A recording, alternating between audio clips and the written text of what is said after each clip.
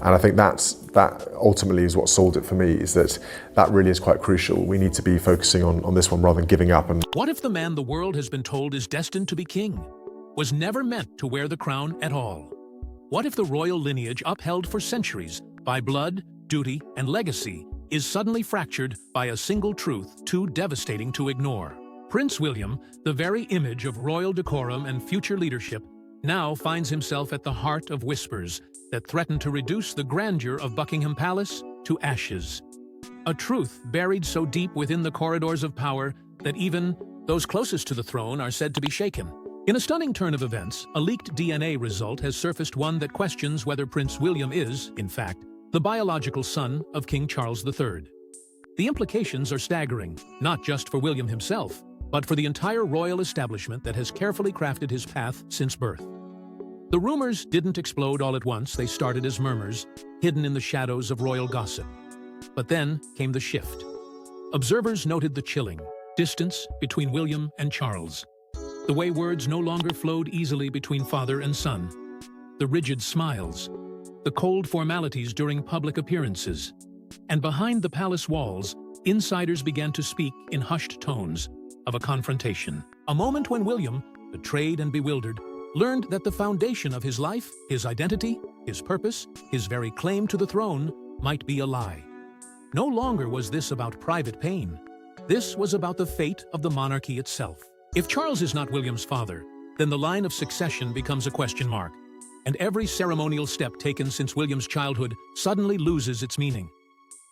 The British monarchy, already battered by scandals in recent years, now faces what could be its most devastating reckoning. For centuries, the royal family has relied on its image of stability, tradition, and untouchable heritage. That image now teeters on the edge of collapse. Because this isn't just about blood, it's about trust, about the public's belief that the crown sits atop a legacy of truth, not deception. If the world learns that the future king is not of royal blood, the fallout would be cataclysmic. A betrayal not only of William, but of the entire nation that looked to him as a symbol of continuity. And yet, William has said nothing. The palace remains in eerie silence. No confirmation, no denial. Just tension, thick, unspoken, and growing by the day. The lack of clarity only deepens the mystery, allowing speculation to flourish and trust to erode. Some insiders claim that William has already begun to pull away, retreating into an emotional exile, reshaping his future behind closed doors. Others believe he's preparing for a confrontation that could change the monarchy forever.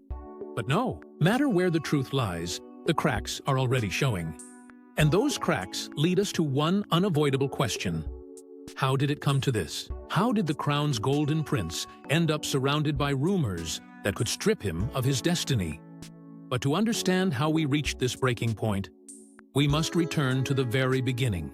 The birth of a royal legend. He was born into destiny. But was it all a lie from the very first breath? On June 21, 1982, as the world watched with breathless anticipation, a new chapter in the royal legacy was written. St. Mary's Hospital in London echoed with celebration as Diana, Princess of Wales, gave birth to her first son, a baby the world would come to know as Prince William, the heir to the British throne, the child of promise, the living symbol of monarchy's future. In the eyes of millions, this was no ordinary birth. It was the continuation of a bloodline wrapped in tradition, prestige, and centuries of power. And yet, as we now know, even the most sacred beginnings can be cloaked in secrets. The announcement came quickly, with Buckingham Palace officially revealing his full name, William Arthur Philip Lewis. A name heavy with royal weight, meticulously chosen to reflect the family's storied past. Just over a week later, on June 28th, his name was shared with the public, a global audience hanging on every word. The christening followed not long after, in the ornate music room of Buckingham Palace. It wasn't just a religious ritual, it was a spectacle, one that happened to coincide with the 82nd birthday of the Queen Mother. The symbolism was undeniable. The monarchy was passing the torch, and William, though still swaddled in innocence, was its new flame. Cameras flashed, cheers erupted, and the royal family glowed with pride. But even then, not everyone believed what they saw was the full truth. As the months passed, William began to break traditions that once seemed unshakable. At just 9 months old, he accompanied his parents on an overseas tour to Australia and New Zealand, a move that stunned royal watchers. No royal infant had ever traveled on such a journey before. It was risky, it was bold, it was Diana's doing. She insisted on keeping her son close, challenging the rules that had dictated royal parenting for generations. And in doing so, she showed the world that this child would be raised differently. At Kensington Palace in London, and later in the peaceful countryside of Highgrove House in Gloucestershire, William's early years unfolded under the watchful eye of his mother. Though surrounded by nannies and luxury, Diana made it her mission to give him more than privilege. She gave him perspective. Fast food runs, visits to homeless shelters, days at amusement parks. She refused to let her children grow up in a bubble, and William absorbed it all. Compassion, independence, a sense of responsibility beyond titles and crowns. He was energetic, playful, and at times mischievous. But beneath the royal exterior, a very human child was emerging. Thoughtful, observant, and shaped deeply by his mother's insistence on exposing him to the real world. Diana's presence loomed, large in those early years, not just as a mother, but as a protector of innocence in a family that rarely allowed it. She guarded her boys against the isolating grip of royal tradition, even as the palace tried to pull them back in. She pushed against the constraints of monarchy, even when it bruised her reputation. And with every act of rebellion, every defiant decision, she carved out a life for William that was more than ceremonial appearances. She gave him purpose, or at least what she believed was his purpose. But purpose built on assumptions can be the most fragile kind of destiny. Because behind the smiles and royal traditions, Diana's private life would soon unravel and plant seeds of doubt that now refused to stay buried. She was the people's princess, but her secrets may now echo louder than her legacy. Diana captivated the world with her grace, her compassion, and her vulnerability, but behind palace doors, her life was unraveling in silence. The fairy tale marriage between the heir to the throne and the shy kindergarten teacher had crumbled into bitterness, betrayal, and emotional exile. Charles and Diana, once the picture of royal romance, became estranged partners trapped in a gilded cage. Their conversations turned cold, their hearts distant, and the love that once charmed a nation became a public tragedy, etched across tabloid headlines. Infidelity was no longer just a rumor. It was a reality, one both sides stopped denying. Charles returned to Camilla. Diana sought warmth elsewhere, and it was in that emotional wilderness that she found James Hewitt. The cavalry officer was everything Charles wasn't: attentive, youthful, and free from royal restraint. Diana and Hewitt grew close, and over time, their bond turned into an ivory affair that would later be publicly acknowledged. But even the truth has a timeline, and that timeline would become the center of speculation for decades to come. Diana insisted their relationship began after Harry's birth in 1984. But for many, the lines blurred. Questions were asked, suspicion crept in, and the whispers started to grow into something far more dangerous. Because it wasn't just Harry.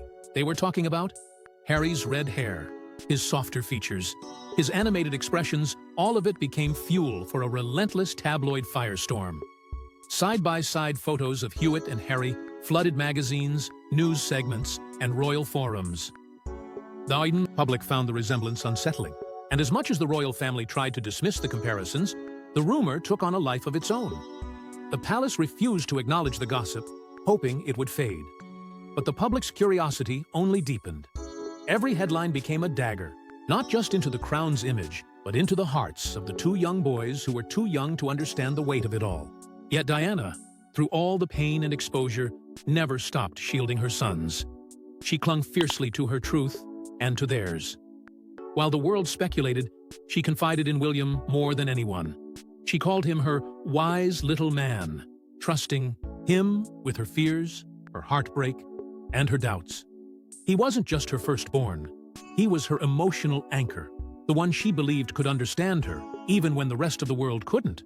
And in those quiet moments, away from the flashbulbs and the scrutiny, Diana gave William more than love. She gave him her secrets, the kind that come with unbearable weight. But secrets have echoes, and whispers, once dismissed, have a way of returning with force when the timing is right. While Harry bore the brunt of paternity speculation for decades, No one expected the same whispers would one day catch up with William. A leaked DNA test, a son betrayed, and a royal family scrambling for survival. It began with whispers behind locked palace doors. A rumor passed in cautious tones between trusted aides and old insiders. But the secret didn't stay buried. Somehow, somewhere, it slipped through the cracks, a classified report. Tucked away, in a vault only the highest-ranking royal physicians and advisors had access to. And when it surfaced, it detonated with the force of a royal earthquake. A secret DNA test never meant to see daylight allegedly confirmed the unthinkable: that Prince William, the future king, might not be the biological son of King Charles III. The implications were beyond devastating. This wasn't just a question of identity, it was a threat to the very structure of the monarchy. For William, the revelation tore through everything he had believed since childhood. Every duty he'd accepted, every moment he had prepared for a future on the throne, suddenly felt like a cruel deception. Those who knew him behind closed doors said he was shattered. His world, built on honor, lineage, and tradition, was crumbling. And worst of all, it had been kept from him, hidden by the very people who had shaped his life, in the name of duty. In public, the cracks began to show. William, once composed and effortless alongside his father, became stiff, reserved, and distant. Gone were the natural smiles and warm glances between father and son. In their place, a formal coldness that no amount of palace choreography could conceal. The media noticed, the public noticed, and the whispers grew louder. Royal events once meant to display unity now revealed division. The eyes of a nation fixated on body language, on clipped conversations, on the subtle ways William avoided eye contact with the man the world still believed was his father. Behind the scenes, the palace moved quickly. Crisis meetings, legal threats, media blackouts, an aggressive campaign to silence the leak before it became front-page news. There were calls to editors, quiet warnings to journalists, and sudden disappearances of online posts that had begun to spread the story. But the damage was already done. In the age of digital defiance, secrets are harder than ever to kill. And this one had already pierced the surface of public consciousness. Those within the royal inner circle reportedly pleaded for calm, urging William to focus on his responsibilities and not the rumors. But responsibility had never felt so heavy or so hollow, because no title, no crown, no privilege could mask the agony of not knowing who you truly are, especially when your entire identity has been built on a lie. And if William had indeed seen the test results for himself, as sources claim, then the silence he maintained wasn't just dignified, it was deafening. But no amount of silence could bury this story, not when it threatens to unravel the very institution William was born to lead. While the world gossiped, Kate Middleton was left to hold her family together. In silence, as headlines spiraled out of control and whispers of betrayal circled Buckingham Palace like vultures, it was Catherine, not William, not Charles, who bore the crushing weight of keeping the next generation of royals safe. But how do you shield your children when their father's very identity is being dragged through public suspicion? How do you explain to George, Charlotte, and Louis that everything they've known about their heritage, their future, their place in history may now be questioned by millions? Kate was never trained for this. No handbook could prepare her for a battle where dignity had to be preserved under a spotlight designed to destroy it. Every move she made became a weapon or a weakness in the eyes of the press. A glance too long, a smile too forced, a silence too heavy. Social media theorists picked apart her body language with microscopic obsession. Was she standing too far from William? Did she look angry or just tired? Was she holding the children closer than usual? Every gesture became suspect. And yet, through it all, Kate stood firm. She showed up at events. She smiled when required. She played the role the monarchy demanded. But behind the carefully curated appearances was a woman under siege, not just from the media, but from the collapse of trust behind palace walls. Inside the royal household, things were anything but calm. William, weighed down by grief and confusion, was retreating into himself. Conversations were strained. Tension spilled into rooms where laughter used to echo. Kate, caught between her role as wife, mother, and future queen, became the emotional anchor in a family storming with uncertainty. But the toll it took on her was immense. Those closest to her said she cried behind closed doors. That the silence at night, once peaceful, now pulsed with dread. That the questions from her children, innocent yet piercing, left her without answers. She could safely speak aloud. Her position, once secure as the woman destined to be queen consort, now felt suddenly fragile. If William stepped away, where would that leave her? If the line of succession shifted, would history remember her as a monarch's partner? Or a footnote in a royal implosion? She smiled for the cameras, but her heart braced for headlines. She waved to the crowds while holding back a storm, because Kate wasn't just fighting to protect a title.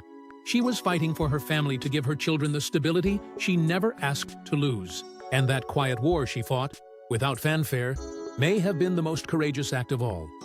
As Catherine shields the children, another royal outsider watches with quiet recognition, a brother who's walked this path before. For years, the spotlight was on Harry's paternity. But could William now share the same fate? Long before the recent storm engulfed the royal family, it was Harry who bore the burden of suspicion. Whispers began when he was still a child, a rumor born of red hair and a strained royal marriage. The name James Hewitt surfaced like a ghost from Diana's past, and the media pounced. The cavalry officer with flaming hair and a once private romance with the Princess of Wales suddenly became a centerpiece in a story that refused to die. Despite official statements, despite timelines that discredited the theory, the resemblance, whether real or imagined, was enough to cast a shadow over Harry's place in the monarchy. He grew up with those rumors sewn into the very fabric of his identity. Tabloid covers didn't hesitate. Side-by-side photographs of Harry and Hewitt were published with shameless glee. Commentators speculated with the arrogance of certainty, ignoring facts in favor of fascination. And while the public treated it as entertainment, for Harry, it was torment. A childhood lived under doubt. A young man shaped by scrutiny. The palace denied. Diana defended. But the questions never stopped. And in silence, Harry suffered. Not just because people questioned his lineage, but because those whispers suggested he didn't belong. Not in the palace, not in the lineage, not in the story history had already written. The toll was immense. As he matured, Harry became known for rebellion, for challenging protocols, for speaking out, for walking away. But beneath the surface was a deeper wound, one inflicted not by cameras, but by doubt. It followed him everywhere. To school, to military, service, even to his wedding. Every achievement carried an asterisk. Every moment of joy was dimmed by speculation. And though he found purpose in service and strength in love, the shadow of paternity rumors never truly left him. It wasn't just about James Hewitt. It was about identity. About knowing who you are when the world insists on rewriting your story.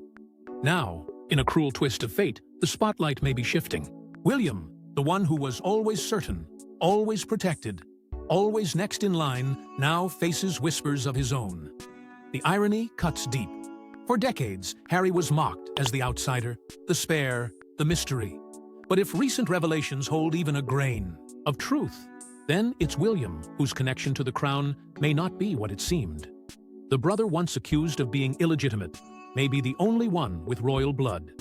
And the one who rejected the throne may be the only rightful heir to it.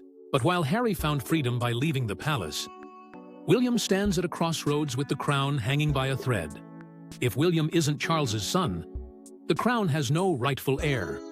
The very foundation of the British monarchy rests on bloodline, an unbroken chain of ancestry that connects kings and queens to centuries of tradition, duty, and divine right. But now, that sacred link may be severed. Because if Prince William is not the biological son of King Charles III, then the legitimacy of his claim to the throne doesn't just come into question. It collapses entirely. The rules are not symbolic. They are written, codified. Royal succession depends on direct descent from the reigning monarch. There's no space for speculation, no room for sentiment. It's blood or nothing. This isn't a family drama anymore, it's a constitutional crisis, one that no modern monarch has ever faced. If the rumors prove true, and William is not of royal blood, then his entire future, every title, every oath, every expectation becomes legally void. Parliament would be forced to intervene. Legal scholars would swarm the situation. The Church of England, the monarchy's spiritual anchor, would be drawn into the firestorm. And amid the chaos, one question would dominate every conversation across the Commonwealth. If not William, then who? All eyes would naturally turn to Prince Harry. By law, if William's bloodline is invalidated, Harry, the second-born son of Charles and Diana, becomes the next legitimate heir. But this possibility opens a door to even more uncertainty. Would Harry, who walked away from the monarchy, ever consider returning to claim the very throne he rejected? Could a man who exposed the institution's darkest truths in public now be expected to lead it? And would the people ever accept it? The monarchy would find itself trapped between tradition and contradiction, between duty and damage outside palace gates. The fury would be uncontrollable. The public, already fatigued by royal scandals, would erupt. Social media would flood with speculation about cover-ups, betrayal, and deception. Who knew what and when? Why wasn't the truth revealed earlier? And perhaps most explosively, who is William's real father? Every photograph of Diana with male friends would resurface. Every private moment would be re-examined. The tabloids would sink their teeth into every theory, and the pain wouldn't stop at William. It would spread to Kate, to their children, to the memory of Diana herself. And amid the noise, the monarchy, once the epitome of order, would begin to fracture. The Queen's legacy, so carefully preserved for decades, would now be threatened by a single revelation. Trust in the crown would erode. Countries like Australia and Canada, still bound to the monarchy, might finally sever their ties.